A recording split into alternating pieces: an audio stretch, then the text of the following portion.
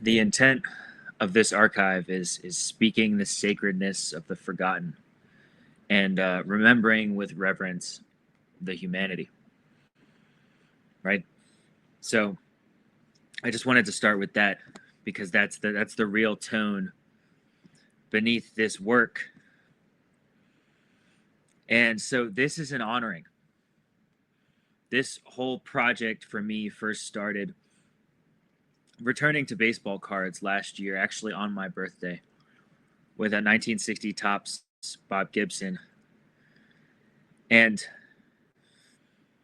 what this really is about, I mean, I think on the deepest level, there is something very personal about it because my dad's dad sold newspapers in New York City.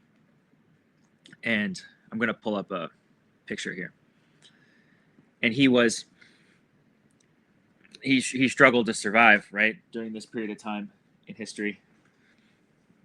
This was, I think, the 60s into the 70s. And he ended up dying of alcoholism. And he was a huge baseball fan, right? The New York teams, particularly the Giants.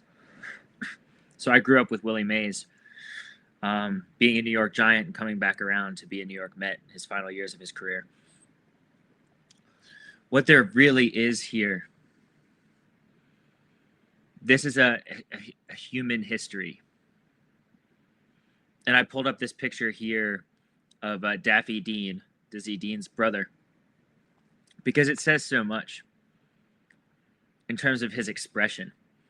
This is a man who suffered so deeply.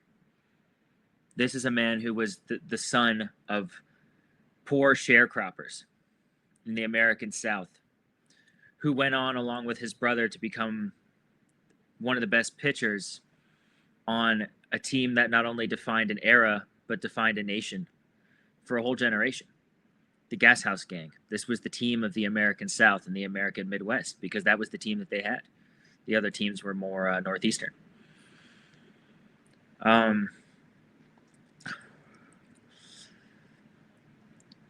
This is where concepts of empathy and human feeling and emotion and the dignity of the struggle of others are so important. And it can only be captured. Well, I'm not going to say only. It can be deeply, deeply, deeply captured through baseball. Because what baseball is, and to go back to my Lefty Grove essay, we're just taking it a little further and we're distilling it. We're making this more clear. Baseball is really fundamentally a history of human suffering and human dignity through suffering. And what I mean by that is that when you look at the vast majority of these players, you even take someone like Christy Mathewson, who was America's golden son during the time that he pitched. He goes off to World War I and dies a horrible, horrible death. He comes back and he is never the same. Grover Cleveland Alexander goes off to World War I and comes back very hurt, in pain, right? We look at American history or baseball history. You take someone like Babe Ruth, whose entire childhood was fragmentation and loss, growing up in foster homes, right? I already brought up Lou Gehrig.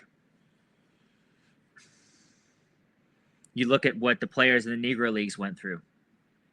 Rube Foster, the son of enslaved people, had to find a way to create something that would allow him and his fellow black ball players to play baseball in the United States, not just in Cuba.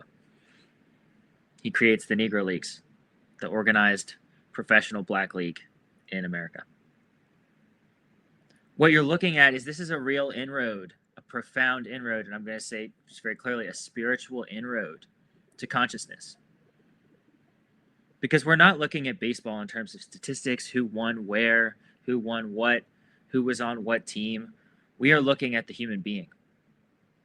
And what you see here, and this is such a shame to me and an indictment on our current culture, our current art market, you name it, is that What you have here is one of the most profound portraits of humanity that emerges from America that I've ever seen. This is taken in 1934. This is taken in the midst of the Dust Bowl. It's taken during this period of incredibly difficult suffering across the nation in the Depression. And this is a picture taken of a man who he and his brother became two of the best pitchers on the biggest team in baseball. Rose to these great heights as children of poor sharecroppers who worked in the fields. And they would pitch acorns and learn how to pitch a baseball.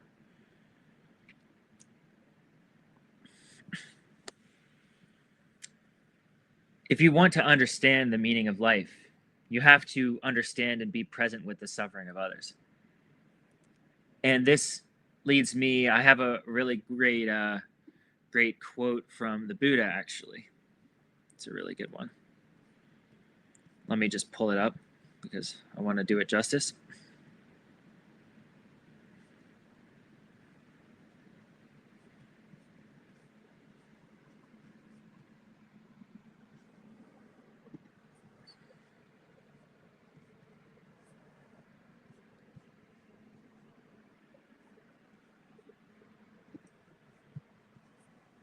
Give me one moment here.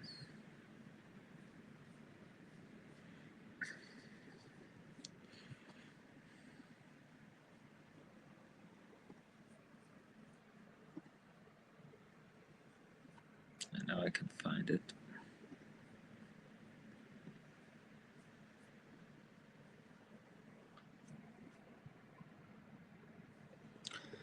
The quote goes something like, I think I'm just going to have to do this from memory. Every being holds life sacred and life dear, right? And it's a picture of a little boy and a fish in a pond. Every being holds life sacred and every being holds life dear. Every being treasures life. So if you think about a squirrel or a fox or even a tree, a human being, your fellow human being, right? They treasure life as deeply and as dearly as you do, and they marvel at life and appreciate life and respect life and experience life in this profound way. And this is a profound way of looking at suffering. It's a profound way of looking at human experience. And it's a profound way at looking at, it kind of changes survival into an appreciation of life and a love of life.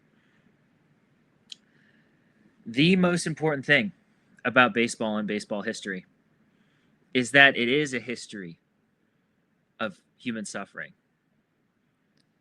And that the real goal of baseball history is not to document facts. It's not to document events. It's not to do any of that. It is to hold dear and treasure and respect and give dignity and illuminate, restore the lives of those who played a part in the creation, development, and unfolding of this great game of baseball, right? Because what you're doing there is it's a human history, really. It's not an American history. It's not a baseball history. You're looking at the human being here. You're looking at Paul Dean, right?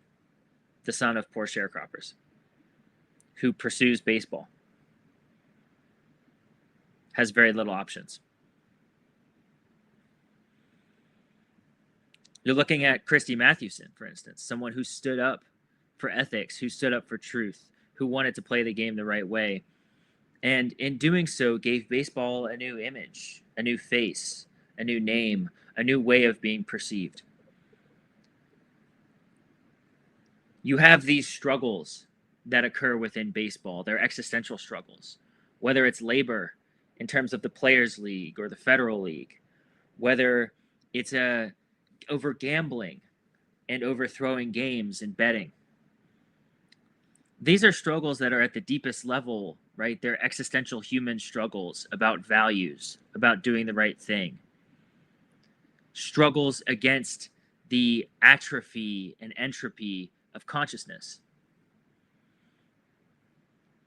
and the fallout of the failure, right? Of the failure to do the right thing, of the failure to be ethical, of the failure to understand the depth of the experience of the person next to you.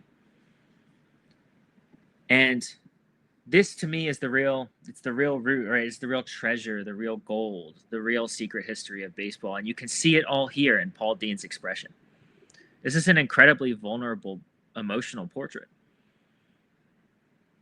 You can see in his eyes and in his face the confusion, the confliction, the struggle, and the difficulty. I mean, this is a man who's risen to the top of his profession along with his brother, and you can see the entire weight of the past in his eyes.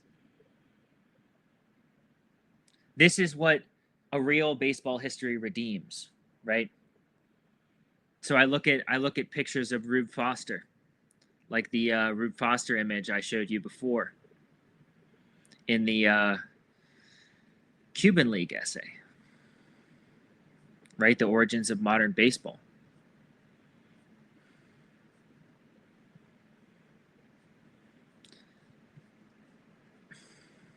I'll pull it up right now.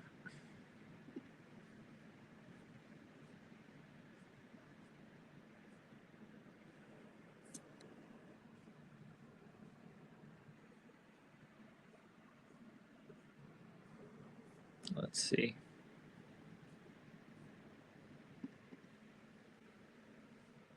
Here you go. We need to see and feel more deeply. I don't know if I can zoom it in. Try another version.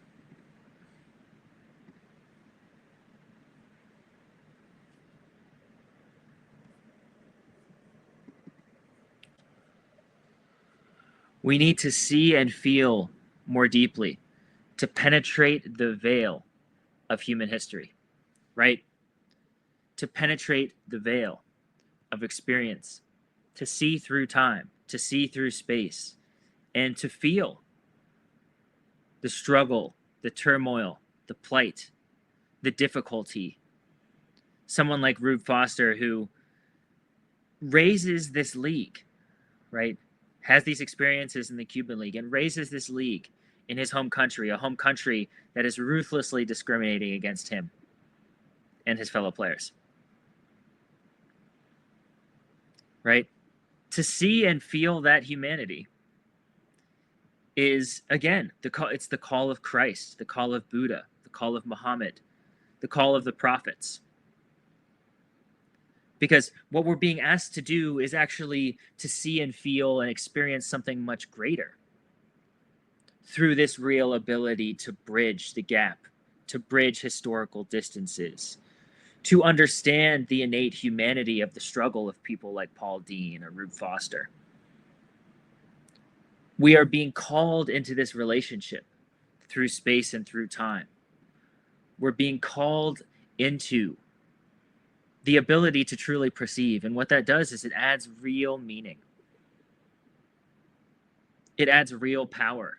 It adds real force, because this is not just an artifact. It's not just a photo. It's not just a card. It's not just a memory. It's not just a story. But our only way into that is through real perception. Our only way into meeting the true force of human history, right? Whether that's baseball, whether that's a national history, whether that's a religious or ethnic history, whether that's a global history of humanity, or a history of the cosmos. Our only way into that is through that covenant, right? It's through that ability to drop my possessiveness or my self-interest and enter into that deep historical covenant with the pain, the suffering, and the trials of others. That's what adds depth. That's what adds power. That's what actually shows us the real meaning of baseball. Because other than that, it's just a game that's being played on a field. It was being played yesterday and it's being played today. Other than that, that's all it is. But when we see, right, these are the roots beneath the surface. We might see the stage and the field, but if we start looking down at those roots, we see this deep, deep, deep heritage. Through the struggles, through the trials and turmoils of these people, this is what makes today possible, but it also is what allows us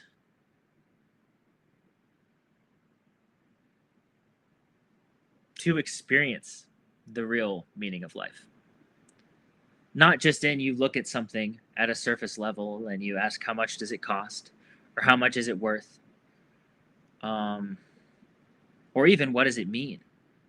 It's to feel the spiritual power of resonance with these people across space and across time. So I'll bring it back to the Paul Dean photo, because this is just, it's so up close and personal, right? This is such a direct encounter. He's looking right back at you. And this is not a veiled emotional state. This is a full state of the expression of his inner humanity. It's almost like he's asking, do you see me, right? And the answer, unfortunately, is no, right? He's not being seen. He's being objectified as a player. He's being objectified as someone who has statistics. He's being objectified as Dizzy Dean's brother, or the pitcher on the St. Louis Cardinals gas house gang team of 1934.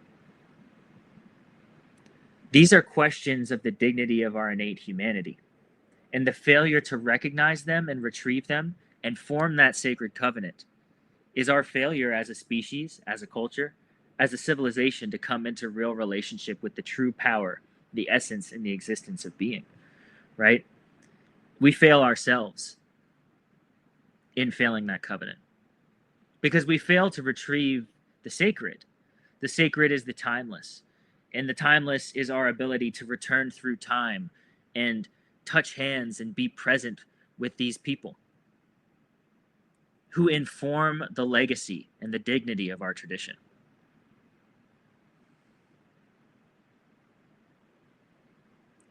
This photo is just a way in. It's a portal. It's a means of seeing and feeling the expression of the hardship of Paul Dean and his brother. Right? This is just so deeply sacred, because if we get into what these two children had to face, right, and who they became and what they ended up representing, I've heard several stories in my experience as a baseball archivist, going back all the way back to my time in the Smithsonian, going back to all my research. I was 15 years old.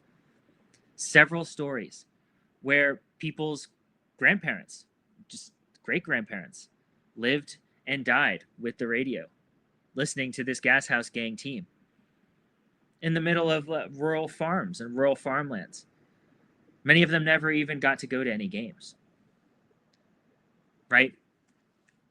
But they experienced this. They experienced. There's like a planes or something. I think it's the wind right now. They experienced. I'll just turn on my white noise on my headphones.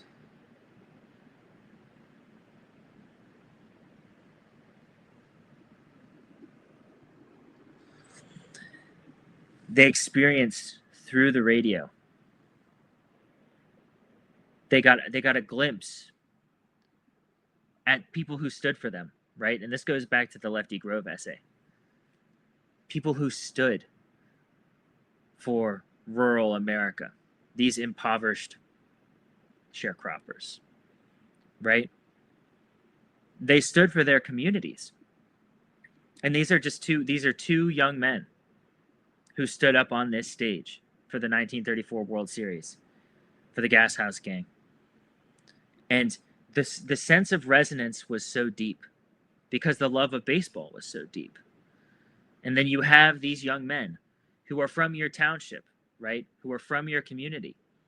And they stand on this stage and they captivate an entire region of the country, right? They give these people during one of the most, if not the most difficult times in American history, right? They give these people something to believe in, something to lean on, a sense of meaning, a sense of purpose, in a time when the economy is completely destabilized and destroyed, in a time between two world wars, in a time of racial fragmentation, right? This is the sacred work that was put on the shoulders of these young men. Right? You look at him in this picture, he looks like a little kid. He's throwing acorns on a farm. And then before you know it, he's pitching in the biggest cultural event of American civilization during one of the most difficult times when baseball means more than it ever has. Right? There is a man behind this, right? And it's not Paul Dean, St. Louis Cardinals, whatever his pitching record was, or his ERA, or what he did on the field. And it's the same with Rube Foster and Lou Gehrig and Babe Ruth. The way in to our humanity is this gateway. And images can be such a powerful way of seeing because they capture feeling, right? This is more than art. This photo here, I brought up the WPA realism, right? This Depression era realism. This is something that transcends art and becomes a documentary encounter with the human. Real human emotion and expression, unfiltered by concerns of anything other than just capturing that and feeling that and seeing that and experiencing it. Otherwise, we would lose this to time, right? And that's why it's so important that it's preserved. It's not because it's worth anything. It's not because there's some monetary value attached to it or a status symbol about it. It's because this is a young man who changes the fabric of American civilization. And he changes it coming from nothing. He and his brother.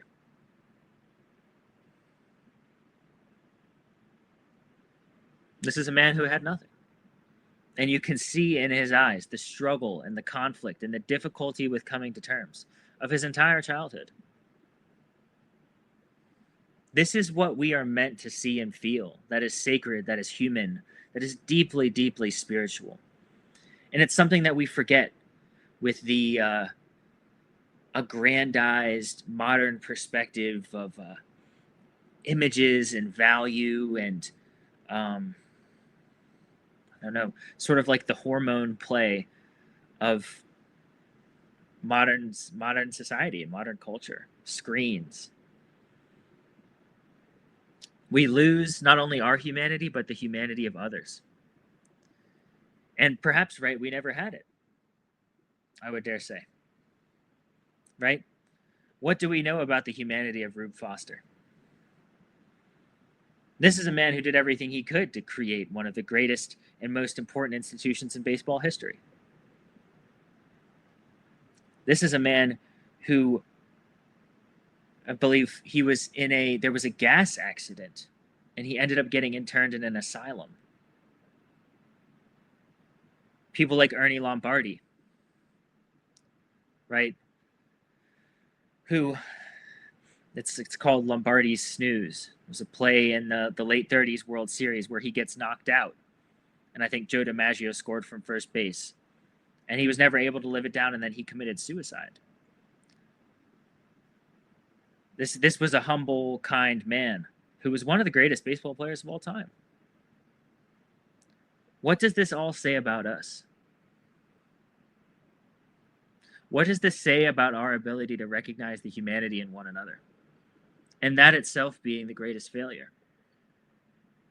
Can baseball redeem this quality? And can baseball history redeem it?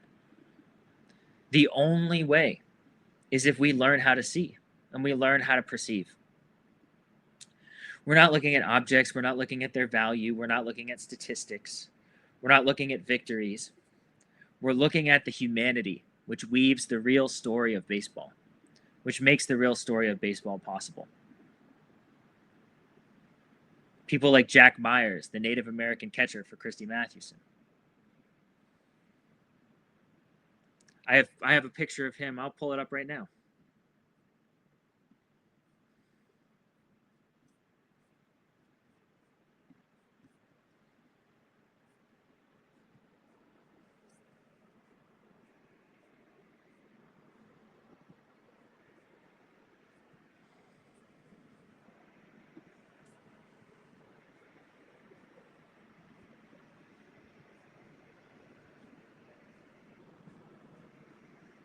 Give me one moment here.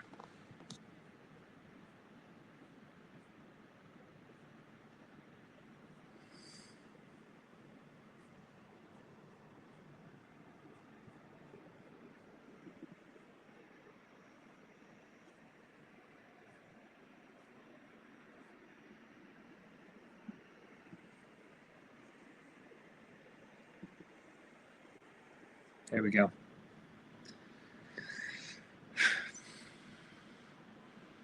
We need to learn how to see. Right?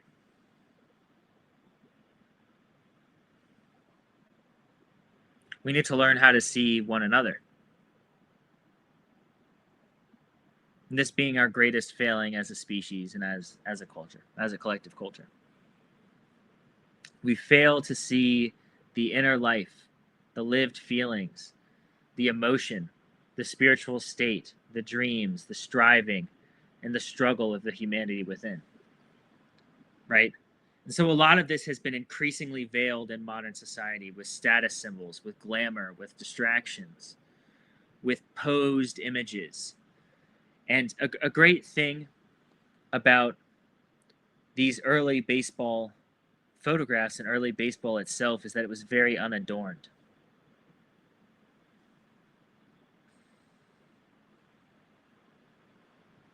This is not a social media posture.